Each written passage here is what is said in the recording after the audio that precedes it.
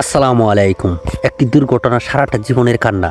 এই যে গর্তটা দেখতেছেন এটা কিন্তু দীর্ঘদিন হয়ে আসছে। আর এই রাতের আধারে যখন এই গর্তটি দেখা যায় না তখন অনেকেই অ্যাক্সিডেন্টের দুর্ঘটনার শিকার হতে হয়। তাই আমি নিজ উদ্যোগে আজকে চলে আসলাম এই গর্তটি মেরামত করার জন্য। আমি যতটুকু পারি ততটুকু দেখেন মাটি অনেক দূর থেকে কিন্তু মাটি আনতে হয়। আর মাটিগুলো আমার বাগনারা নিয়ে কিন্তু আমি চলে আসলাম মাটি কুড়াতে। এখানে কিন্তু উচিত ছিল আপনার সিমেন্ট মাটি দিয়ে দেওয়া হতো, তাহলে কিন্তু অনেকটাই ভালো হতো। এই গর্তটি দীর্ঘদিন ধরে আমি দেখতেছি এখানে পড়ে আছে। তাই আমি নিজ উদ্যোগে আমার বাগনারাকে নিয়ে আমি চলে আসলাম এই গর্তটি বন্ধ করার জন্য। এটি যদি সিমেন্ট বালু এটি দিয়ে বান্ধা হতো তাহলে হয়তো অনেকটা ভালো হতো, কিন্তু পুরা রাস্তাটি বেহাল দশা, পুরা রাস্তাটি ভাঙ্গারঙ্গা। তাই শুধু গর্তটাই কিন্তু একটা ভয়ঙ্কর রূপে দেখা দিয়েছিল। তাই আমি অল্প যতটুকু সাধ্য মতো না কিন্তু আমি মাটি দিয়ে কিন্তু এটা করার জন্য চেষ্টা করতেছি। আর এটা যদি ভালো লেগে থাকে তাহলে অবশ্যই এটা শেয়ার করে দিবেন।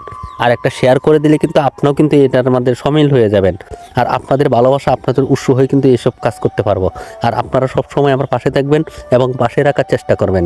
আমি চাই আপনাদের সবসময় এসব কাজ নিয়ে আপনাদের পাশে থাকতে চাই। আর এখানে আমারও কিন্তু ভুল ছিল। আমি যদি বস্তাতে মাটি ভরে কিন্তু এখানে ফেলাই দিতাম তাহলে আরও কিন্তু অনেকটা সুন্দর হয়ে যেত। তাই আমি এতটাই প্রস্তুতি নিয়ে আসি নাই, তাহলে কিন্তু এভাবে হাতে করে মাটি নিয়ে আসে যতটুকু পারছি ইনশাল্লাহ দিয়ে দিছি। তো পরবর্তীতে ইনশাল্লাহ আমি আরও সুন্দর করে আরও ভালো ধরনের করে আমার দেওয়ার চেষ্টা করব ইনশাল্লাহ। আপনারা শুধু আমার পাশে থাকবেন এবং ভালোবাসা দিয়ে আমাকে আগলে রাখবেন। আর যদি ভিডিওটা ভালো লাগে অবশ্যই শেয়ার করে আমার সাথে সহযোগিতা করবেন ইনশাল্লাহ। আসসালামু আলাইকুম।